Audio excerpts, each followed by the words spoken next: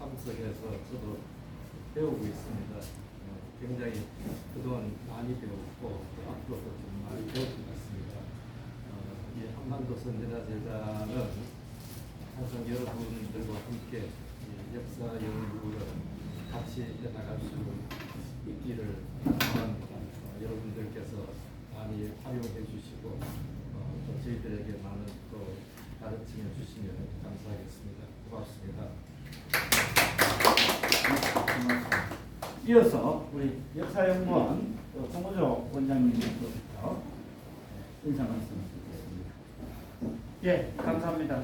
마땅히 우리 김진웅 이사장님께서 오셔서 인사 말씀드리고 또 감사의 말씀을 드려야 되는데 지금 서면으로 인사 초대 말씀을 대신했고요.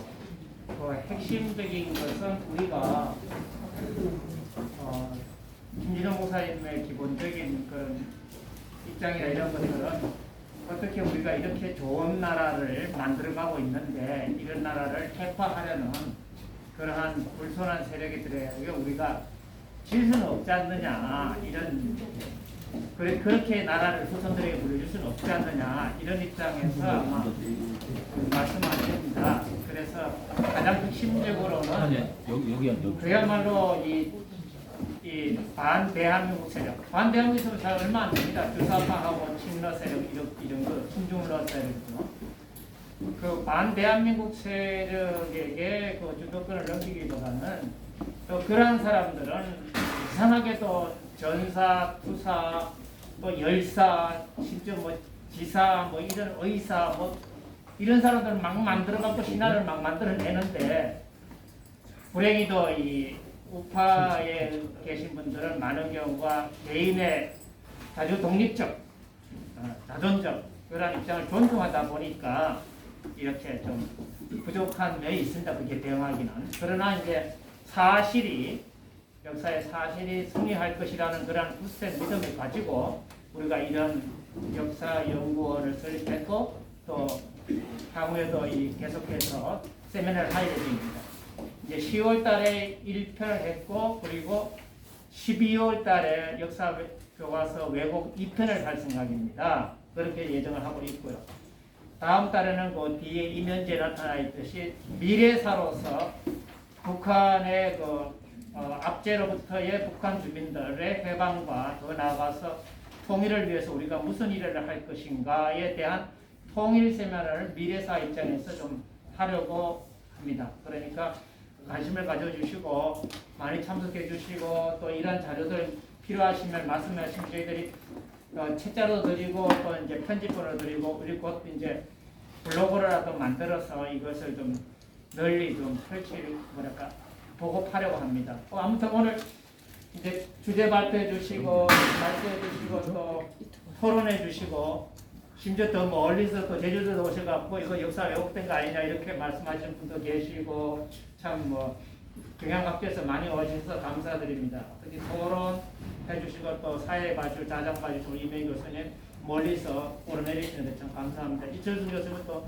부산에서 멀리서 오셨습니다. 정말 감사드리고 여러모로 오늘 또 이렇게 역사 연구원의 세미나를 통해서 우리가 다시 한번 조금 더 인식의 지평을 넓히고 개안을 하는 그러한 계기를 이루기를 기원드립니다. 감사합니다. 네, 고맙습니다. 우리가 지난달에 역사 지식의 생산과 소비, 유통 실태 이런 걸 가지고 세미나를 했고 이제 이번 달에 1편인데요. 현재 역사 교과서에 좀 어떤 문제들이 있는가 이걸 좀 구체적으로 살펴보는 이 세미나입니다. 그리고 다음 달이 이 통일 문제 가지고 동두천에 있는 교회에서 이제 직접 보는 세미나를 할 예정입니다. 그리고 12월에 이제 2편으로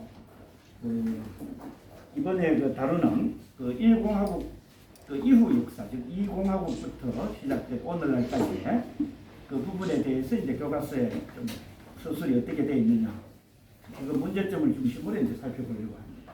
1편으로 처음 좋은 주제 발표를 해주실 분이 오셨습니다. 김용삼 대리사님이신데 앞으로 나오시죠. 아마 여러분들 뭐 이 세미나 말고도 요즘 유튜브에서 아마 대 기자님 얼굴 자주 아마 뵙는 분도 계실 겁니다. 우리 역사에 대해서 새로운 시각으로 또 이 역사학자들이 밝혀놨는데 일반인들에게는 좀 알려지지 않는 이런 사실들을 가지고 아마 유튜브 방송 하시는 거 여러분들 접하면서 아마 충격도 받고 놀라움도 가지고 계실 거라고 생각합니다. 또 그런 시각에서 우리 교과서를 아마 지금 좀 분석하셔가지고 오늘 발표해 주실 겁니다.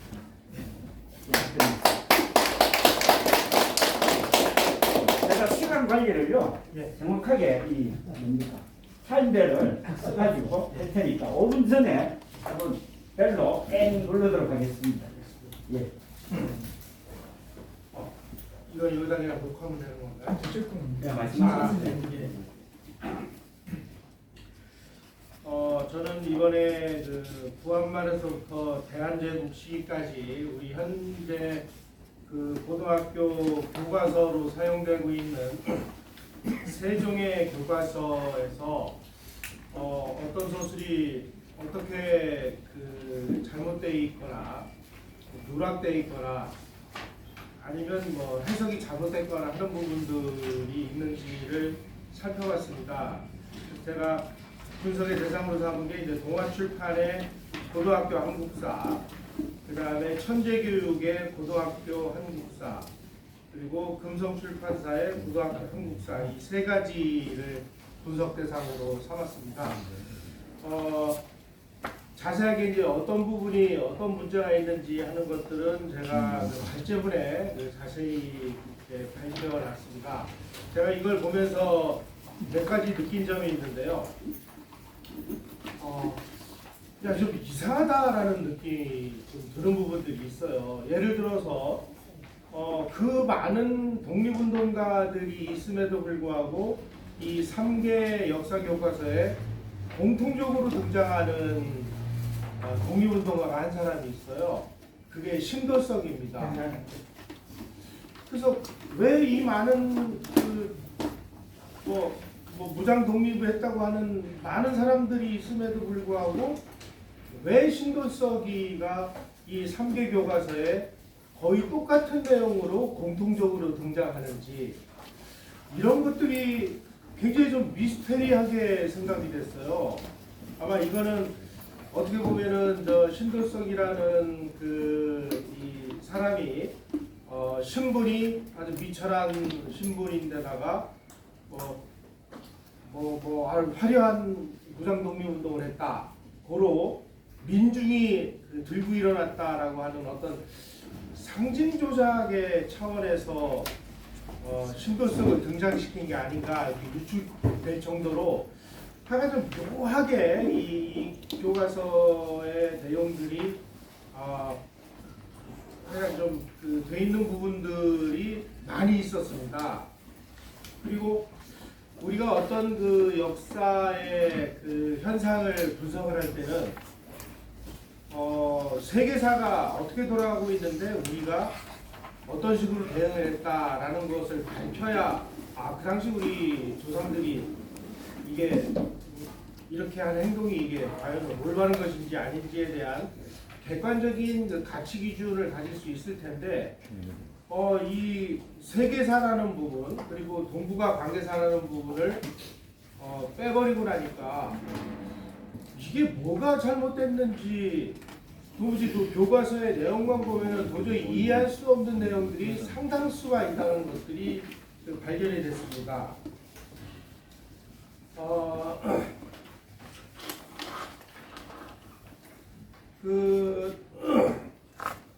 예를 들자면은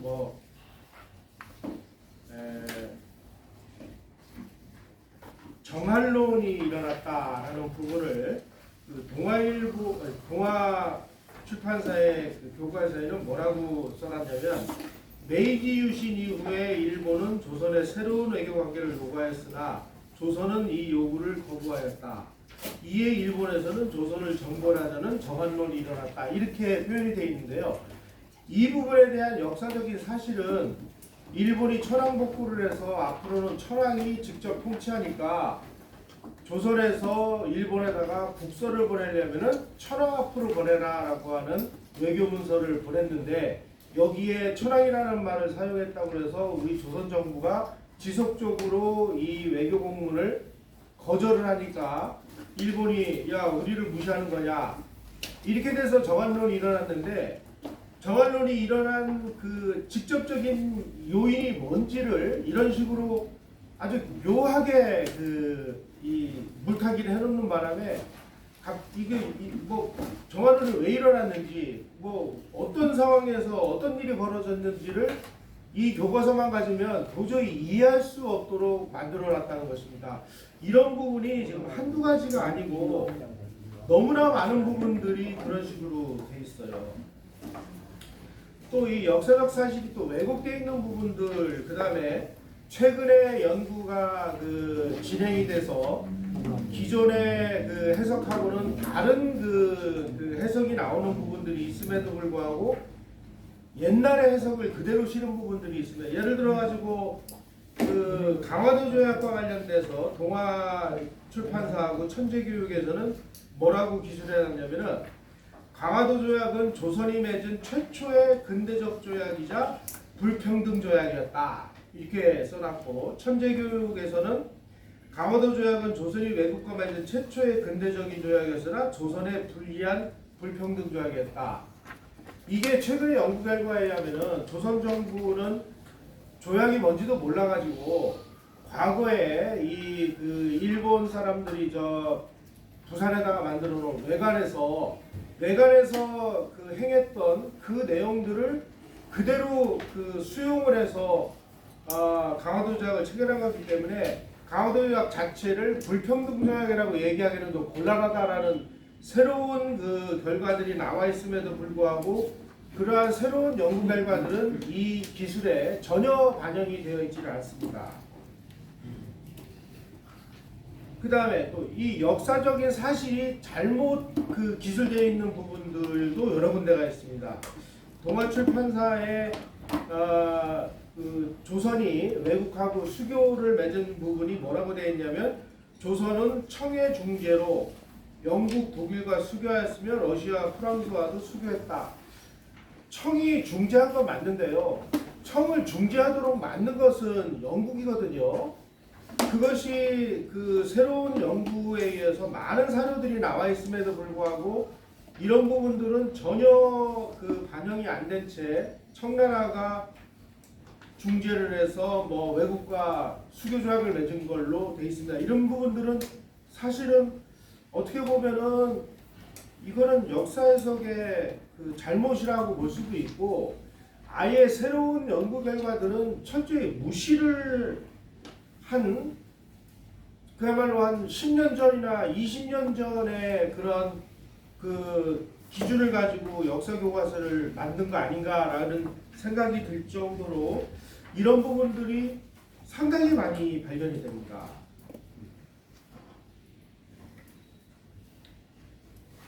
그리고 하여간 이 교과서에 나와 있는 기술 내용 중에 이 역사적 사실이 잘못되어 있는 부분들은 제가 이 발제문에 몇 페이지냐면은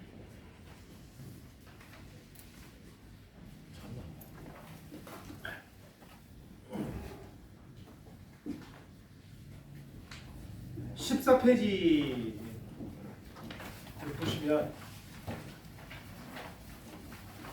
우선 이 3종의 교과서에 공통적으로 나타나는 부분은 우선 첫째로는 과거에 2000년대 초반에 2년 편향의 역사 교과서 문제가 벌어져 가지고 우파 진영에서 막 대안 교과서를 만들고 막 그럴 때에 문제가 됐던 금성 출판사라든지 천재교육이라든지 이때의 교과서 내용하고 비교해 보면 그래도 그 시대에 비해서는 상당 부분 객관화하려고 하는 노력들은 보입니다.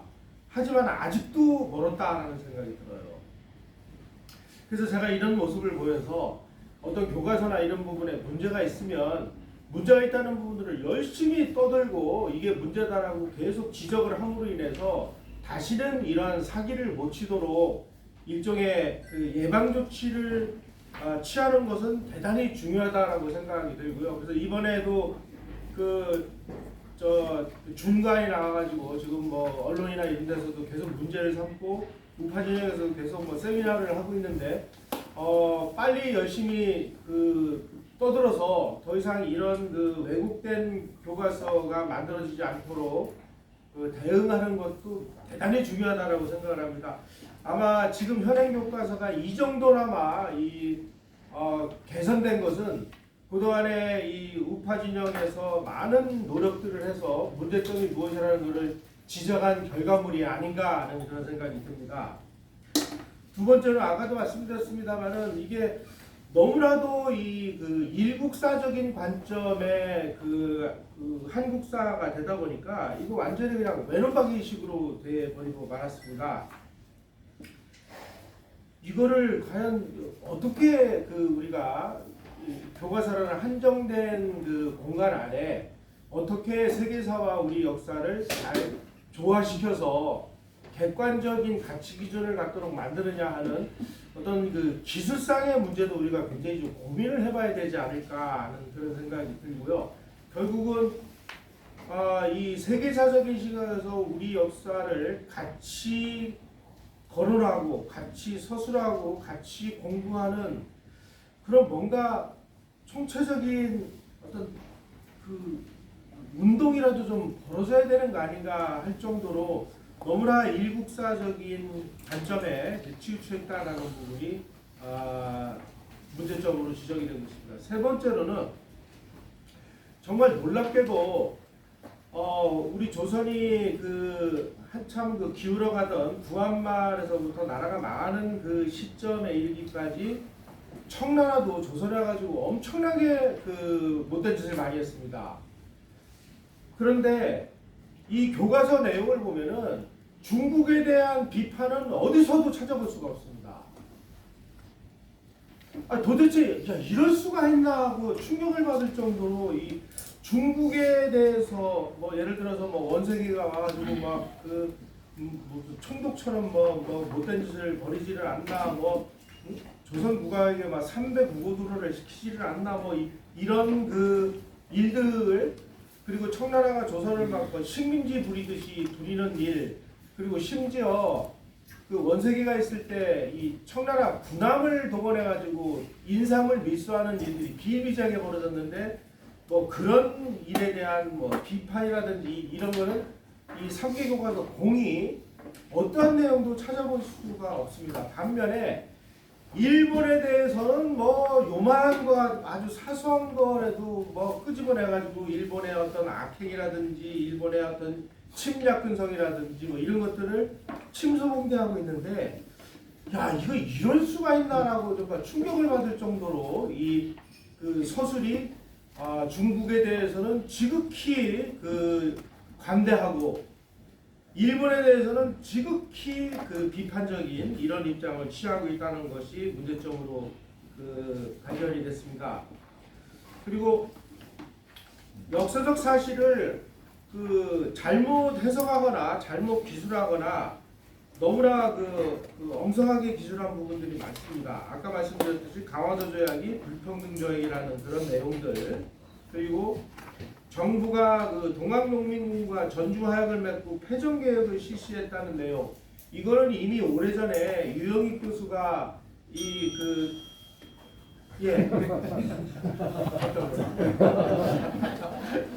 마감 5분 전.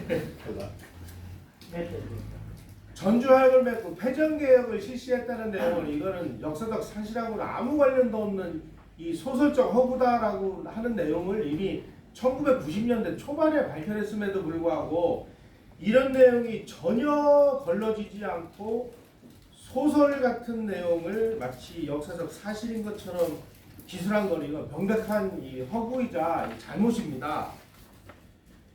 그 다음에 같은 내용입니다만 동학농민운동이 반봉건 운동이었다라고 하는 것도 이거 사실이 아니다라는 걸 유영익 교수가 이미 다 밝혀냈습니다. 그럼에도 불구하고 이 3종의 교과서에는 농민운동이 반봉건 운동이었다 이렇게 기술해놨고, 그 다음에 러시아가 뭐 군사교관과 재정고문을 철수하고 한나은행을 폐쇄한 것이 마치 우리 만민공동회가 시위를 해서 러시아가 물러난 걸로 돼 있는데, 이건 역사적 사실하고도 완전히 다릅니다. 러시아가 일본이 그 청일전쟁 때 반납한 요동반도를 자기네들이 차지하면서 일본을 달래기 위해서 자기네들이 나간 건데, 이걸 마치 뭐 만민공동회 시위에 의해서 쫓아낸 것처럼 이게 기술해놨고, 또 그 가스라테프트 밀약을 체결했다. 이건 이미 뭐 많은 그 연구 결과가 나와 있음에도 불구하고 가스라테프트 조약이라는 거는 존재하지 않았는데 그걸 존재했다고 막 이런 식으로 써놓지를 않나. 하여간 뭐 이 역사적 사실 자체를 잘못 기술해 놓은 부분들이 너무나 많습니다. 그리고 다섯 번째로 이제 종을 치셨으니까 이 교과서 내용만 가지고 보면은 조선의 멸망의 원인이 무엇인지를 알 수가 없도록 되어 있습니다.